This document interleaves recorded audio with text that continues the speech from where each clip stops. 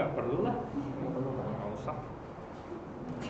Nggak usah di-upload kalau minggu dewasa. Oke. Baik, selamat pagi, gimana nih kasih Tuhan? Ya, itu kan kita semua nih ya, baik-baik pada pagi hari ini, dan kita akan melanjutkan kembali pembelajaran kita akan kitab Efesus.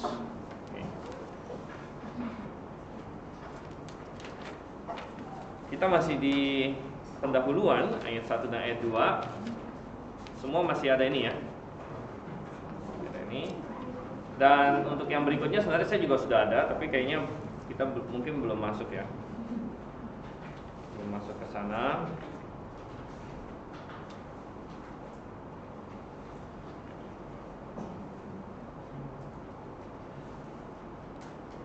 Oke, dan ya, sangat senang lihat Ibu Pahan lagi. Sudah lumayan lama.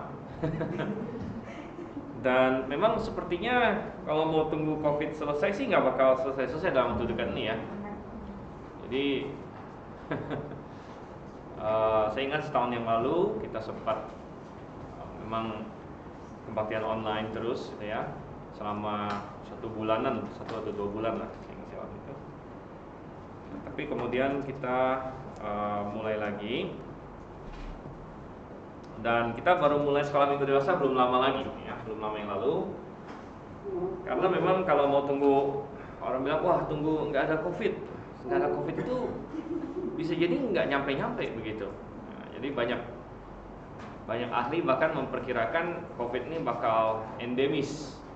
Endemis artinya ya bakal ada terus gitu.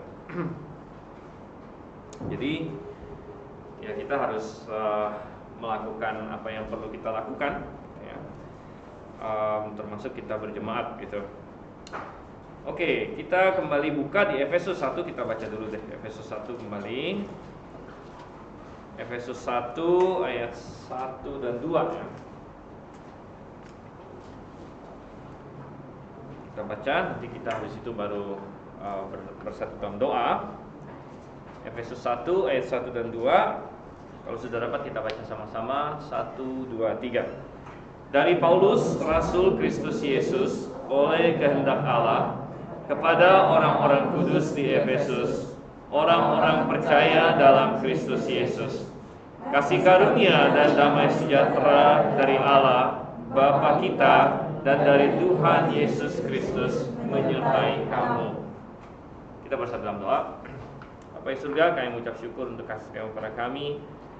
Kau yang kiranya menolong supaya kami dapat mengerti apa yang kau tuliskan, dan dari situ kami menggali lebih dalam lagi berbagai hal yang berhubungan dengan kebenaran-Mu, berhubungan dengan firman-Mu, dan bagaimana Engkau mau kami menyikapi dunia ini, kami hidup sebagai orang percaya dan lain sebagainya. Tuhan, kami yakin dan percaya bahwa Engkau mempersiapkan banyak berkat bagi kami dalam firman-Mu ini. Kami berdoa Tuhan dalam nama Yesus Kristus. Amin. Oke. Baik, minggu lalu kita sudah lihat penulis kitab. Jadi itu ada dari kalimat pertama di surat ini, dari Paulus, sudah lihat itu, Rasul Kristus Yesus. Rasul Kristus Yesus, kita sudah melihat ini panjang lebar. Minggu lalu kita membahas apa itu rasul, yang disebut sebagai, masih ingat bahasa aslinya apa? Apostolos ya. Rasul, apostolos. Dan rasul ini bisa berarti utusan. Tapi utusan ini ya, Paulus bilang dia adalah rasulnya Kristus Yesus. Rasul Kristus Yesus. Nah, ini adalah suatu jabatan. Jadi Tuhan memberikan kepada rasulnya, dan kemudian kita belajar dari rasulnya. Kita belajar dari rasul-rasul. Nah, Paulus sendiri dia tidak belajar dari manusia dikatakan. Coba kita buka di Galatia 1 ayat 11 dan 12. Galatia 1 ayat 11 dan 12 dikatakan di situ, sebab aku menegaskan kepadamu saudara-saudaraku bahwa Injil yang kuberitakan itu bukanlah Injil manusia, karena aku bukan menerimanya dari manusia, dan bukan manusia yang mengajarkannya kepadaku, tapi aku menerimanya oleh penyataan Yesus Kristus. Kata penyataan di situ sama dengan kata pewahyuan. Jadi Paulus tidak belajar dari orang lain. Kalau Paulus belajar dari orang lain, dia nggak bisa jadi rasul, karena rasul itu kan harus langsung dari Tuhan Yesus. Nah, mungkin kita berkata, kan waktu Tuhan Yesus di bumi ini, Paulus belum jadi orang percaya. Makanya Paulus ini agak spesial, karena ada 12 rasul lain yang mengikuti Tuhan Yesus waktu dia di muka bumi ini, jadi belajar langsung dari Tuhan Yesus. Tapi Paulus kan enggak. Makanya dikatakan, yang minggu lalu dikatakan, kita sudah baca ayatnya, bahwa dia menggambarkan dirinya seperti anak yang lahir di luar waktu. Tapi Paulus juga belajar langsung dari Tuhan Yesus melalui pewahyuan. Jadi Tuhan Yesus singkapkan kepada dia. Ya. Jadi mereka ini terima langsung dari Tuhan Yesus, langsung dari Tuhan. Dan kita hari ini belajar dari mereka, karena mereka menuliskan Alkitab. Mereka menuliskan Alkitab. Ya. Jadi ada PB itu terutama rasul. PL itu nabi. Ya, PL nabi, PB rasul. Kita belajar dari sini. Jadi kita belajar dari PB dan PL, Alkitab, rasul dan nabi, sedangkan mereka langsung dari Tuhan. Kita hari ini tidak lagi belajar langsung dari Tuhan. Ini yang banyak orang pengen. Oh, saya maunya dengar langsung suara Tuhan. Ya. Maunya dengar langsung suara Tuhan. Tidak. Kita belajar dari nabi dan rasul, yaitu Alkitab. Coba kita lihat nanti kita lihat Efesus ya. Efesus pasal 2 ayat 19 dan 20. Efesus pasal 2 ayat 19 dan 20. Demikianlah kau bukan lagi orang asing dan pendatang, melainkan kawan sewarga dari orang kudus dan anggota-anggota keluarga Allah, yang dibangun di atas dasar para rasul dan para nabi. Jadi kita dibangun di atas dasar para rasul dan para nabi, yang mereka dibangun di atas Yesus Kristus. Jadi katakan dengan Yesus Kristus sebagai batu penjuru di situ. Oke, kembali ke pasal 1 ayat 1 dan 2 dari Efesus. Jadi kita sudah lihat itu minggu lalu. Sekarang kita masuk ke poin 3 dalam isian kita. Itu kita bicara mengenai penerima surat. Penerima surat dan tujuan penulisan. Oke. Masih di ayat 1 tertera dengan jelas bahwa surat ini ditujukan kepada orang-orang apa dikatakan itu? Orang-orang kudus di Efesus. Orang-orang kudus di Efesus. Oke, dan ini sangat menarik. Jadi ada istilah orang-orang kudus. Orang-orang kudus yang di Efesus. Ya. Jadi orang-orang kudus ini bahasa Inggrisnya disebut saints, ya. Saints. Dan orang-orang kudus adalah cara Paulus menyebut orang percaya. Jadi siapa yang dimaksud orang-orang kudus di Efesus? Gitu kan?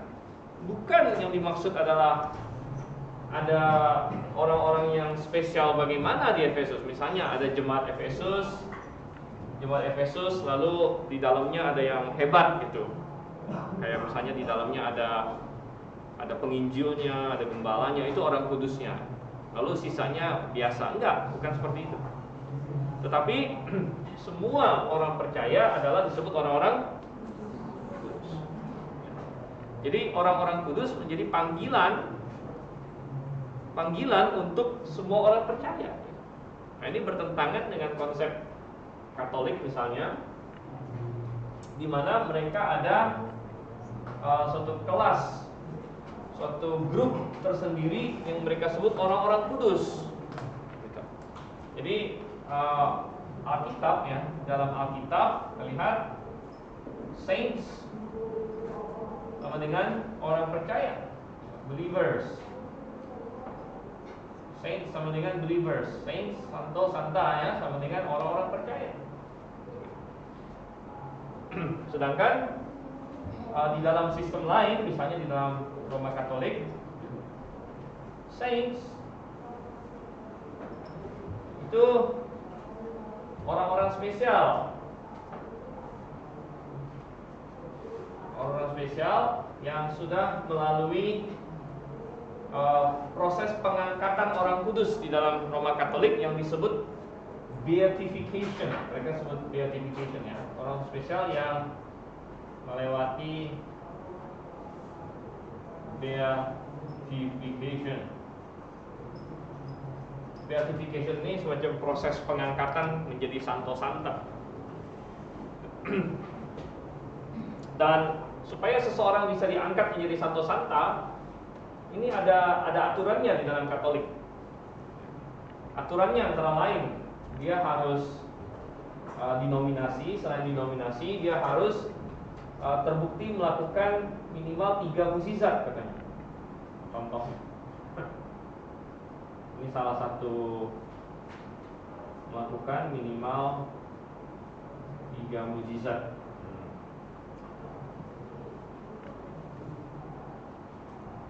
Ini santo santanya Katolik, tapi ini tidak ada dalam Alkitab.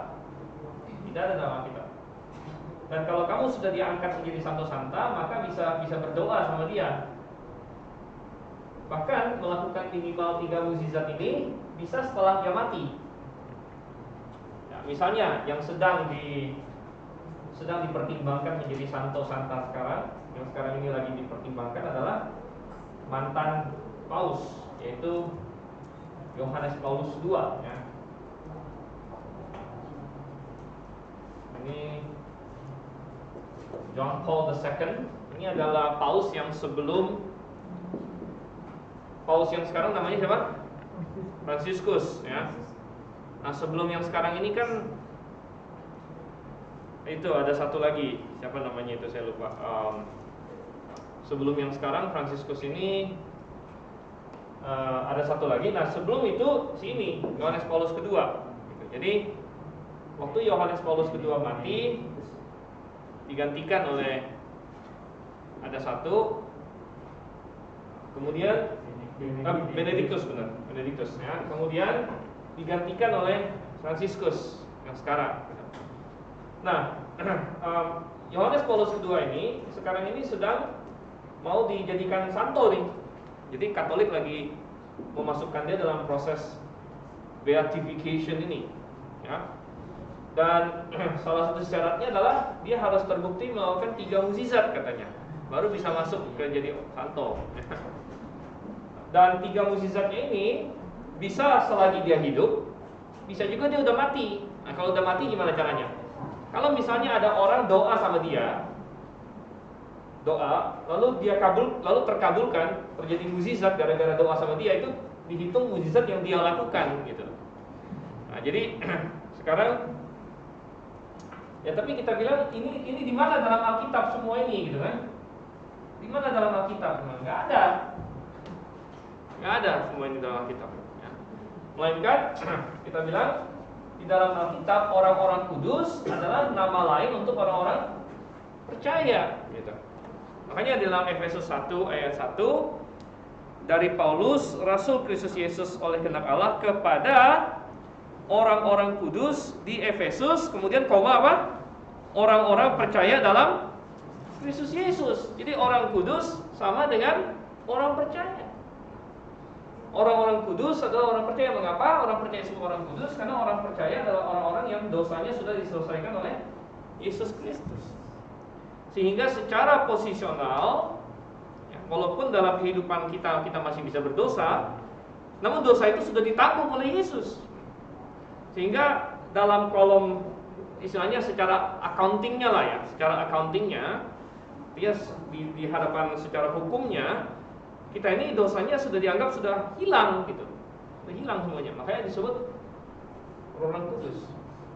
Inilah kekudusan posisional yang diberikan. Oke, nah kemudian coba kita lihat lagi, masuk ya di poin berikutnya 3A di sini ya. poin 3A kita. Orang-orang liberal dengan higher criticism mereka mempertanyakan bahwa ini ditujukan pada Efesus maksudnya. Karena tadi kita fokus di orang kudusnya, sekarang kita mau fokus di kata Efesusnya. Jadi ternyata satu-satu kata di Alkitab itu penting semua gitu. Dan sering diserang, ya.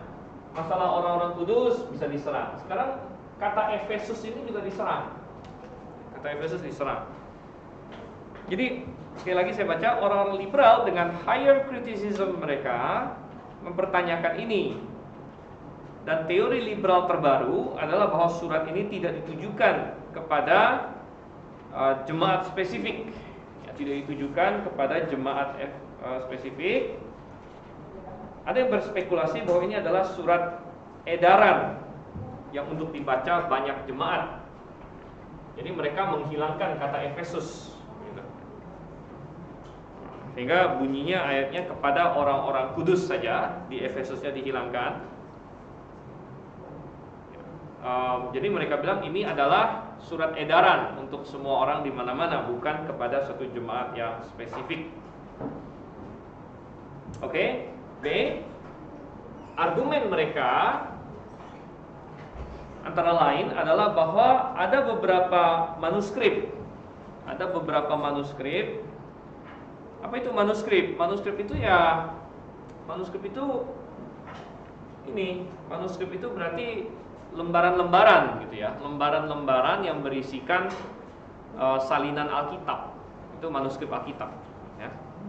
Lembaran-lembaran berisi salinan Alkitab, dan lembaran-lembaran ini karena berasal dari sangat kuno, terbuat dari kulit biasanya. Terbuat dari kulit.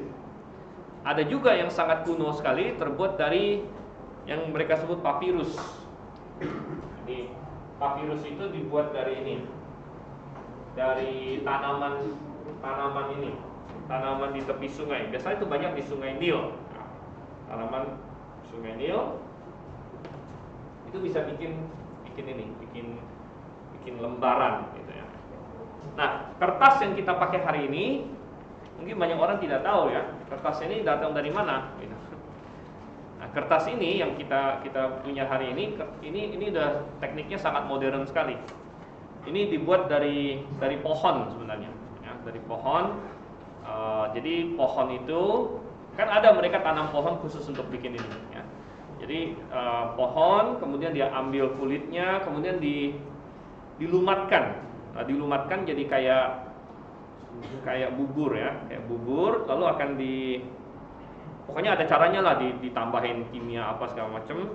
Kemudian lalu dibikin luas-luas gitu, dibikin tipis-tipis dan luas ya. Nah, nanti itu ya jadi kertas itulah gitu. Nah, orang zaman dulu dia pakai ini. Dia ambil tanaman-tanaman di tepi sungai ya. Ini disebut reeds ya, reeds. Lalu dipetik-petik, dikeringkan, kemudian dijejer,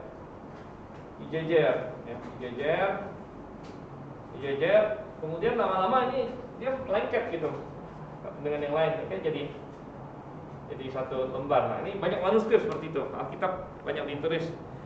Ini yang pakai papirus, tapi ada juga yang pakai kulit binatang.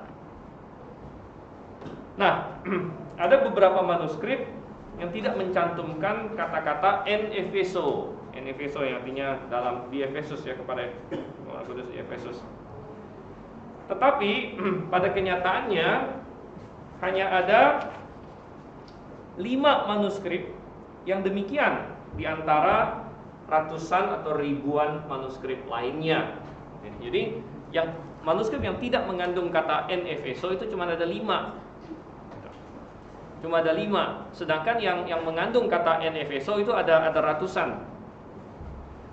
Tapi kenapa mereka lebih percaya yang 5 daripada yang ratusan? Inilah karena orang-orang ini pada dasarnya memiliki hati yang tidak percaya kepada Tuhan. Jadi di mana ada celah mereka mau mengkritik, mereka mengkritik gitu. Nah, jadi mereka bilang, oh enggak nih, jangan-jangan en Efeso itu enggak ada, itu hanya tambahan. Tapi kita bilang enggak dong ya. Contohnya lain lagi. Ada banyak. Misalnya Markus 16. Coba kita lihat Markus 16.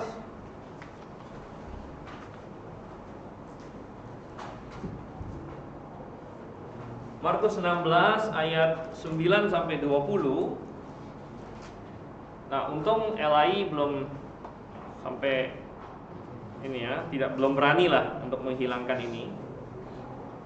Tapi kalau Anda baca banyak Alkitab modern, misalnya NIV, ya, yang bahasa Inggris ya, NIV, banyaklah Alkitab modern. NIV itu New International Version, kemudian apalagi NASB, ya, NASB itu New American Standard Bible, banyak, pokoknya rata-rata Alkitab modern. Kalau Anda baca, dia akan ada kasih footnote. Ya, saya nggak tahu kalau versi elektronik ya, tapi kalau versi fisik mereka akan kasih footnote di situ, di ayat-ayat ini. Ya, dan mereka akan bilang bahwa ayat-ayat ini tidak ada di dalam manuskrip yang tertua dan terbaik, katanya. Ya, jadi mereka meragukan bahwa ayat-ayat ini ada di dalam Alkitab. Mazmur 16, Markus bukan Mazmur. Markus 16 ayat 9 sampai 20 di sini. Padahal yang mereka maksud manuskrip yang tertua dan terbaik itu hanya ada 2 manuskrip saja. Itu manuskrip yang dikasih nama manuskrip Alef dan manuskrip B. Ini kode aja, ini kode nama, manuskrip Alef dan manuskrip B. Dan 2 manuskrip ini sebenarnya adalah manuskrip yang sangat korup, walaupun memang lumayan tua, berasal dari abad keempat. Abad keempat Masehi itu berarti sudah 1600 tahun yang lalu. Lumayan tua, tapi sangat korup, ya, sangat rusak lah, banyak rusaknya. Tapi mereka lebih percaya ini. Karena ini justru manuskrip yang sudah korup sebenarnya. Oke, kita lanjut lagi. C. Argumen lain adalah bahwa Paulus tidak menyebut nama orang-orang Efesus di akhir surat. Jadi ini argumen lain mereka. Karena di sebagian surat Paulus, di akhir surat itu dia salam-salamin orang, gitu. Misalnya kepada jemaat Roma dia salamin tuh satu-satu, ya. Salam kepada Trifosa dan apa begitu kan? Salam kepada Rufus, salam kepada macam-macam, dia salamin satu-satu. Ada banyak suratnya. Tapi di Efesus, di akhir suratnya dia nggak sebut nama orang-orang Efesus. Jadi ada yang berkata, wah ini berarti dia sebenarnya bukan ditujukan kepada Efesus, ya. Tapi kita bilang tidak ada keharusan bahwa dalam surat kepada jemaat harus menyebut nama. Ya, nggak ada keharusan itu. Ada kok surat-surat lain yang nggak menyebut nama juga. Misalnya di Filipi dia juga nggak sebut namanya satu persatu, kan? Walaupun ada disinggung Euodia, Sintike di pasal 4 ayat 1. Intinya tidak ada keharusan itu, ya, tidak ada keharusan itu. Oke, kemudian poin D, kita bilang orang percaya menolak usaha iblis untuk menggoyahkan firman Allah dan tetap berpegang pada teks yang dipelihara Tuhan, yang kita sebut sebagai Textus Receptus. Textus Receptus ini teks yang sudah diterima. TR. Ya, kita berpegang kepada ini. Oke, sekarang kita lihat poin nomor 4. Apa yang kita ketahui kalau kita tahu bahwa surat ini ditujukan kepada Efesus? Poin 4, kota Efesus sendiri adalah kota besar di Asia Kecil waktu itu. Di Asia Kecil. Oh nggak salah, Pak Timotius pernah ini nggak kunjung ke daerah sana itu? Hah? Udah tinggal puing-puing ya, udah tinggal puing ya. Jadi masuk wilayah Turki. Ya, sekarang ini Turki. Ya, padahal di situ dulu ada gereja yang sangat bagus ya, ada gereja yang sangat bagus di abad pertama di situ. Sekarang kotanya sudah hancur. Kota besar zaman itu di Asia Kecil. Paulus memulai jemaat di Efesus pada akhir perjalanan misi kedua. Akhir perjalanan misi kedua. Habis itu dia kunjungin lagi di perjalanan misi ketiga. Coba kita lihat di dalam Kisah Rasul.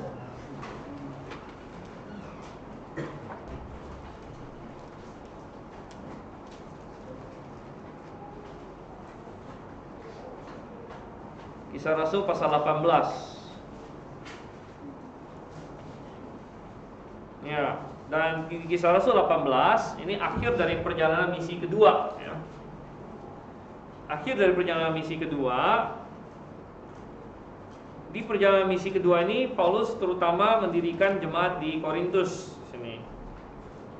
Jemaat Filipi, jemaat Korintus itu didirikan di perjalanan misi kedua. Lalu di akhirnya waktu Paulus sedang pulang dari Korintus mau balik ke Yerusalem, dia singgah di Efesus. Dia singgah ke Efesus di Kisah Rasul 18 ayat 19. Lalu sampailah mereka di Efesus. Paulus meninggalkan Priscilla dan Aquila di situ. Ia sendiri masuk ke rumah ibadat dan berbicara dengan orang Yahudi. Oke, jadi Paulus mulai menginjil di Efesus, tapi dia tidak cuma sebentar saja waktu itu. Mereka minta padanya untuk tinggal lebih lama di situ, tapi ia tidak mengabulkannya. Ia minta diri dan berkata, "Aku akan kembali kepadamu jika Allah menghendakinya." Lalu bertolaklah ia dari Efesus. Nah, selanjutnya dia pulang balik ke Antioquia. Balik ke Antioquia. Nah, lalu dia mengunjungi Efesus lagi di perjalanan misi ketiga. Nah, perjalanan misi ketiga dimulai di pasal 19 di sini. Ya, misi ketiga dimulai pasal 19. Oke, jadi kita lihat dulu isian kita. Paulus memulai jemaat di Efesus pada akhir perjalanan misi kedua, yaitu pada pertengahan tahun 50-an Masehi.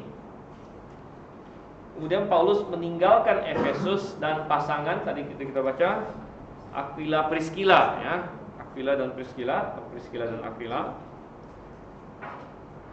melanjutkan pekerjaan pembangunan gereja di situ. Mereka tidak lama berselang mendidik seorang yang namanya Apolos, ya, mendidik Apolos namanya. Jadi itu ada di Kisah Rasul 18 ayat 24 sampai 28. Waktu Paulus balik ke Antioquia, ada seorang namanya Apolos datang ke Efesus yang lumayan semangat untuk Tuhan, namun masih perlu diajar beberapa hal, ya. Akhirnya si Aquila dan Priscilla ini mengajar si Apolos ini. Oke,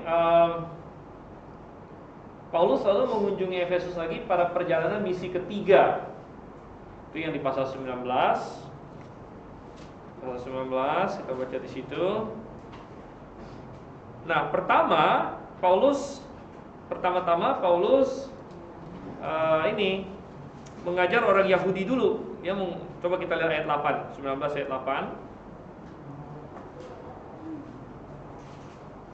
Selama 3 bulan Paulus mengunjungi rumah ibadat. Kalau disebut rumah ibadat maksudnya sinagog di situ, rumah ibadat Yahudi, ya. Dan mengajar dengan berani. Oleh pemberitaannya ia berusaha meyakinkan mereka tentang kerajaan Allah. Tetapi ada beberapa orang yang tegar hatinya. Mereka tidak mau diyakinkan, malahan mengumpat jalan Tuhan di depan orang banyak. Karena itu Paulus meninggalkan mereka dan memisahkan murid-muridnya dari mereka, dan setiap hari berbicara di ruang kuliah Tiranus. Hal ini dilakukannya 2 tahun lamanya. 2 tahun Paulus di sana minimal, ya. Sehingga semua penduduk Asia mendengar firman Tuhan, baik orang Yahudi maupun orang Yunani. Bahkan kalau kita bandingkan dengan di pasal 20 ayat 31, kita lihat pasal 20 ayat 31-nya. Berapa lama kira-kira Paulus ada di Efesus di situ? 3 tahun, ya, 3 tahun. Jadi 3 tahun itu isian kita di situ. tinggal di sana kira-kira 3 tahun sambil mengajar di ruang kuliah Tyrannus. Nah, ini sering dianggap sebagai sekolah teologi pertama. Sekolah teologi pertama. Karena bayangkan 2 tahun plus ya. Total nanti 3 tahun. Paulus mengajar di ruang kuliah Tyrannus. Mengajarnya berapa? Setiap hari. Ini kurikulumnya lumayan padat nih. Ya, nggak tahu kalau dihitung SKS dapat berapa. Mungkin Paulus kasih gelar ini, Master atau Doktor. Jadi dan ini mengindikasikan bahwa intinya adalah semua orang percaya perlu belajar Alkitab. Semua orang percaya perlu belajar Alkitab. Makanya kita ada sekolah minggu dewasa. Jadi belajar Alkitab itu bukan hanya untuk orang-orang tertentu saja. Semua orang percaya perlu belajar Alkitab. Karena penyesatan itu tidak kenal, dia nggak tanya-tanya dulu misalnya. Kamu ini ya, mahasiswa teologi ya? Yaudah begitu saya serang gitu kan, enggak. Melainkan semuanya gitu. Penyesatan itu ada di mana-mana. Dan belajar teologi ya, itu belajar mengenal Tuhan lebih dalam. Itu bukan teori saja, melainkan akan kita pakai juga dalam kehidupan kita sehari-hari. Ketika kita menghadapi cobaan, ketika kita menghadapi tantangan iman, ketika kita dihadapkan dengan skeptikisme orang, ya, atau ada tantangan dari sains, atau ada tantangan dari berita-berita dan lain sebagainya. Dan kita perlu mengetahui firman Tuhan untuk bisa melihat perspektif Tuhan mengenai segala sesuatu. Oke, kemudian kita lihat lagi pemberitaan Injil sedemikian sukses sehingga mempengaruhi ekonomi, bukan para di sini. Mempengaruhi ekonomi para pembuat patung apa di sini? Patung Artemis, ya. Patung Artemis. Dan mereka sempat mengadakan demonstrasi. Tadi kita sudah baca bahwa semua Asia mendengarkan Injil. Nah, coba kita lihat di Kisah Rasul 19.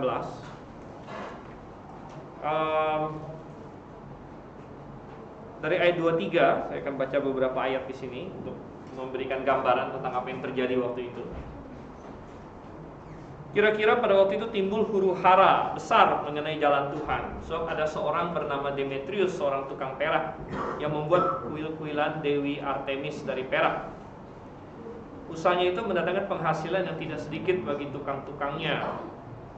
Ia mengumpulkan mereka bersama-sama dengan pekerja-pekerja lain dalam perusahaan itu dan berkata, saudara-saudara, kamu tahu bahwa kemakmuran kita adalah hasil perusahaan ini. Sekarang kamu sendiri melihat dan mendengar bagaimana Paulus bukan saja di Efesus, tetapi juga hampir di seluruh Asia telah membujuk dan menyesatkan banyak orang dengan mengatakan bahwa apa yang dibuat oleh tangan manusia bukanlah dewa. Dengan jalan demikian bukan saja perusahaan kita berada dalam bahaya untuk dihina orang, tetapi juga kuil Artemis, dewi besar itu, berada dalam bahaya akan kehilangan artinya. Dan Artemis sendiri, Artemis yang disembah oleh seluruh Asia dan seluruh dunia yang beradab, akan kehilangan kebesarannya. Nah, ini memberitahu kita satu hal, bahwa ketika Injil yang benar disampaikan, ketika kebenaran itu disampaikan, maka mau tidak mau itu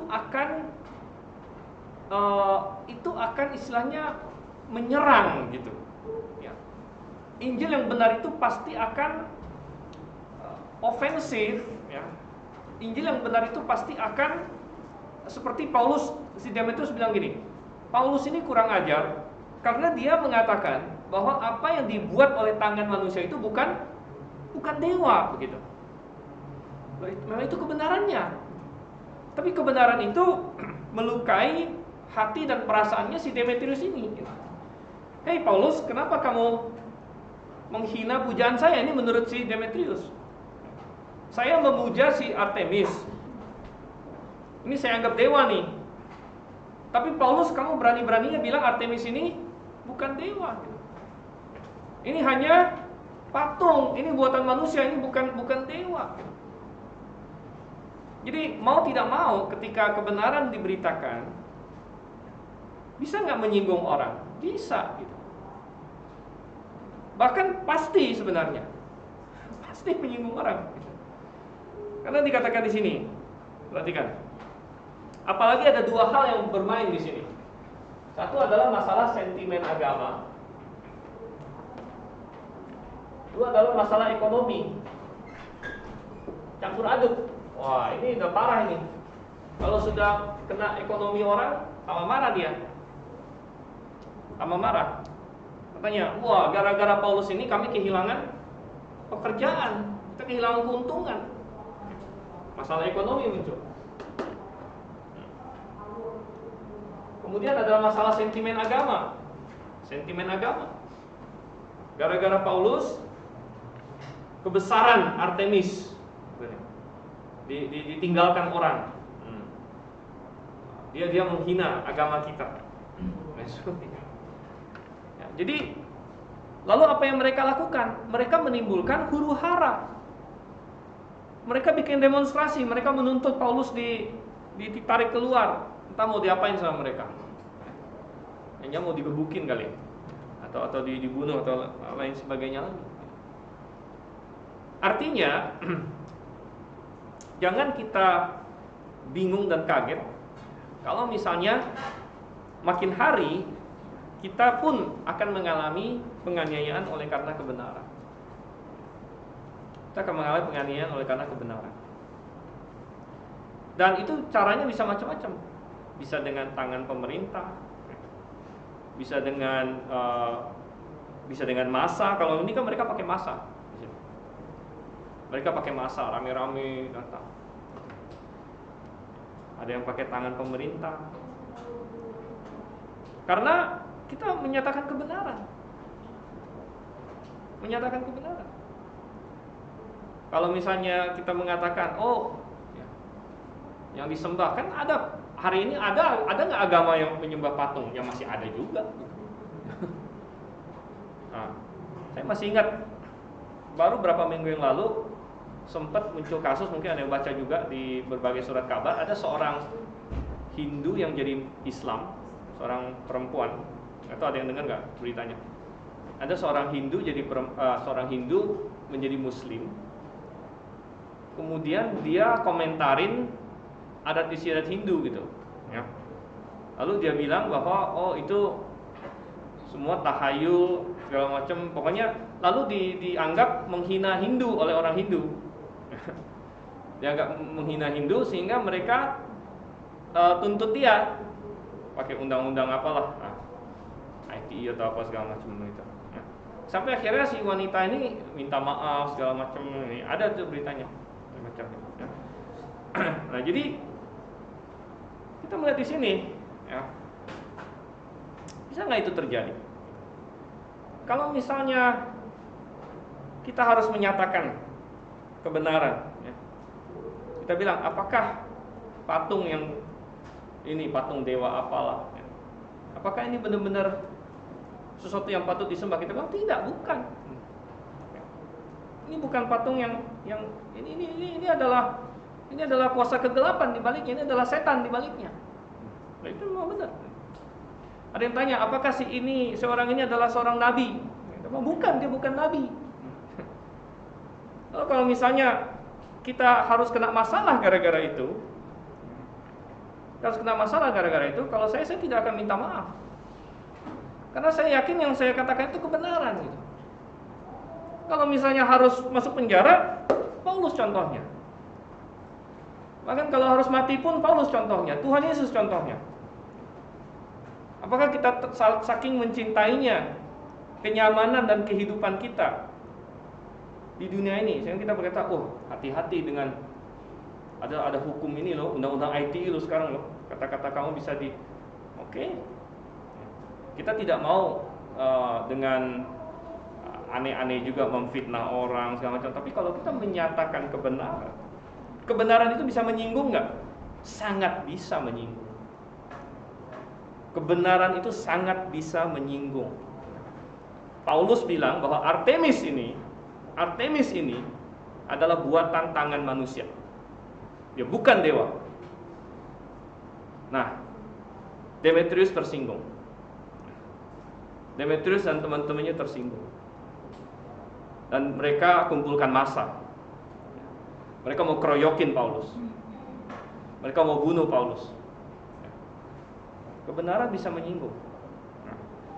Nah, tapi kalau kebenaran tidak diberitakan, maka benar ya, kita tidak setia kepada Tuhan kalau begitu. Oke, kita lihat di sini, kembali lagi ya. Poin nomor 5. Tempat dan tanggal penulisan. Jelas dari teks surat itu sendiri, jelas dari teks surat ini sendiri, bahwa Paulus menulisnya dari dalam penjara. Paulus menulisnya dari dalam penjara. Dalam hal ini, Efesus sering dikaitkan dengan Kolose dan Filemon yang juga diantar oleh, coba kita lihat, Efesus ini diantar oleh siapa? Coba kita buka di dalam Efesus pasal 6 ayat 21. Efesus 6 ayat 21.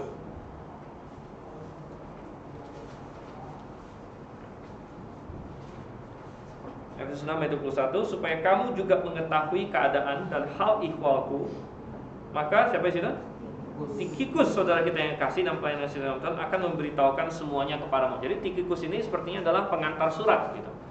Paulus tulis surat Efesus, dia serahkan ke tangan Tikhikus, Tikhikus yang bawa ke jemaat Efesus. Jadi Paulus bilang, kalau kamu pengen tahu lebih lanjut lagi, tanya saja Tikhikus. Nah, Tikhikus ini sekaligus juga mengantarkan surat-surat yang lain, misalnya surat apa isinya kalian tadi? Surat Kolose,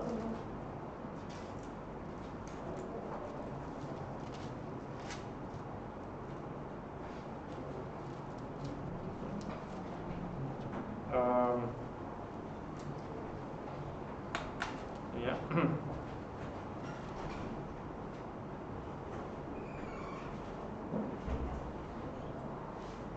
Coba ini Kolose 4 ayat 7 ya. Baik. Semua hal ihwalku akan diberitahukan kepada kamu oleh Tikhikus, saudara kita yang kekasih.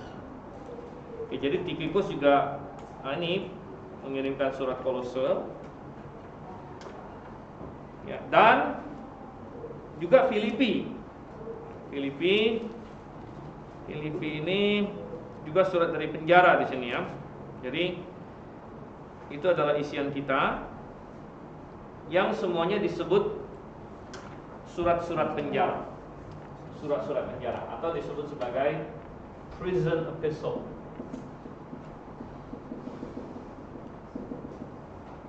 Ya, jadi surat-surat penjara.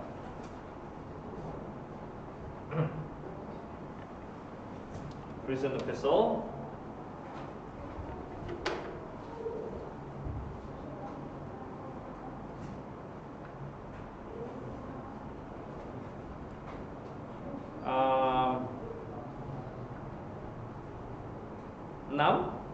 Jadi karena ini ditulis dari dalam penjara yang di mana?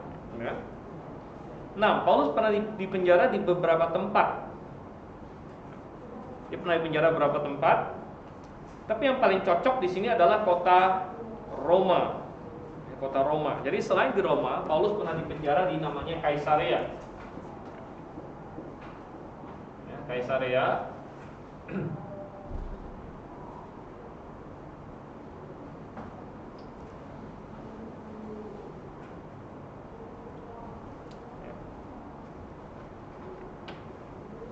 Tetapi dia juga pernah dipenjara di kota Roma. Nah, di Kaisarea dia dipenjara sekitar 2 tahunan. 2 tahun lebih. Waktu itu ada yang namanya Felix dengan Festus. Ingat ya?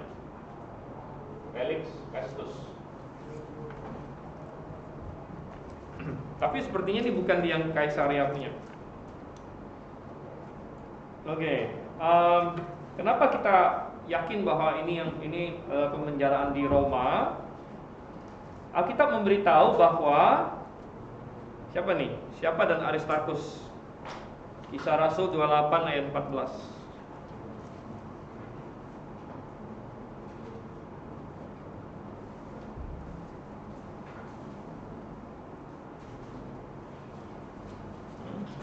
Dan pasal 27 ayat 2.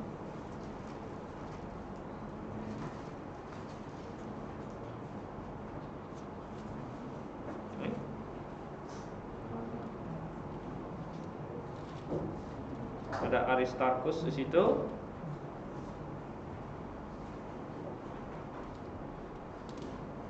Jadi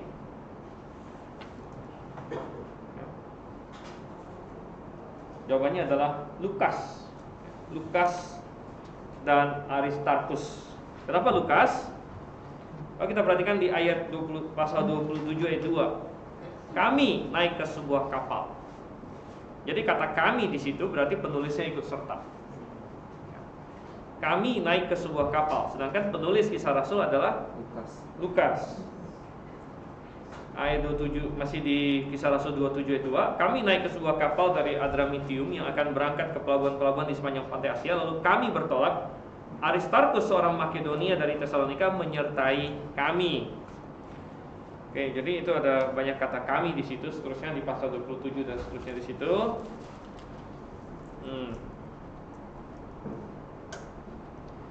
Oke, jadi Lukas dan Aristarkus menemani Paulus. Dan nama kedua orang ini disebut juga di Kolose 4 ayat 10 dan 14. Coba kita lihat Kolose pasal 4 ayat 10. Salam kepada kamu dari Aristarkus, temanku sepenjara.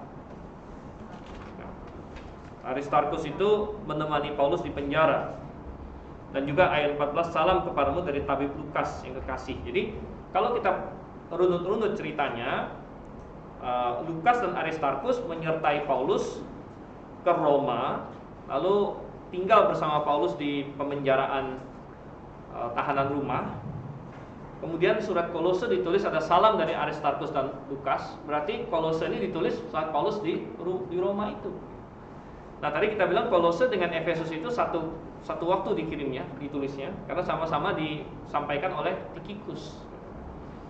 Nah itu berarti bahwa Efesus ditulis saat Paulus berada di Roma, dipenjarakan di rumah, dalam tahanan rumah di Roma. Kedua, dikatakan lagi, selain itu saat menulis surat-surat ini Paulus merasa yakin akan dibebaskan segera. Misalnya di Filemon 1 ayat 22, Paulus berkata bahwa aku berharap aku akan segera dibebaskan kepada kamu. Sehingga ini cocok untuk pemenjaraan pertama di Roma. Jadi Paulus di Roma juga dipenjara 2 kali. Pemenjaraan pertama itu sekitar tahun 60-an Masehi. Kemudian dia dilepaskan. Nah, belakangan menurut tradisi dia dipenjarakan lagi di Roma sekitar tahun pertengahan ya, sekitar mungkin 65, 66. Ya, persisnya kita nggak tahu karena ini udah nggak diceritakan dalam Alkitab. Tapi dia menulis satu surat selama di pemenjaraan kedua, yaitu surat 2 Timotius. Ya, 2 Timotius di mana Paulus bilang sebentar lagi aku akan mati. Gitu. Oke. Jadi itu. Dengan demikian tanggal penulisan adalah sekitar 60 Masehi. 60 Masehi. Wah, waktu kita habis ya. 7. Kitab Efesus tidak membicarakan masalah yang spesifik untuk jemaat Efesus, kontras misalnya dengan surat Korintus ya. Surat Korintus sangat jelas sekali, ada masalah di Korintus, Paulus jelaskan begini-begini. Tapi kalau surat Efesus temanya lebih universal. Tentang doktrin-doktrin yang universal seperti tentang Kristus, keselamatan, berkat dalam Tuhan, berjemaat, dan berbagai aspek hidup Kristiani setelah diselamatkan. Oke, jadi ya ini baru 2 ayat pertama dan ada banyak hal yang kita pelajari. Minggu depan kita akan masuk ke ayat 3 sampai ayat 14 di sini ya. Dan ini sudah ada mau difotokopi sekarang atau minggu depan, serahnya. Oke, kita berdoa dulu karena kita perlu bergabung dengan jemaat yang lain. Bersatu dalam doa. Minta Pius memimpin dalam doa, Pius. Terima kasih Tuhan.